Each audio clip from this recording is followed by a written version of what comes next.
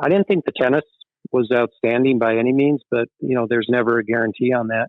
I do think Sinner had a horrible service day relative to him.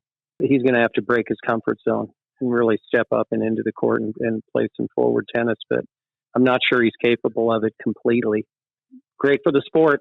The match, maybe didn't have the drama of the few of them that they played, but incredible to see what a class act Sinner is in his defeat, still giving the speech that he gave. And I think Alcaraz, hats off to him.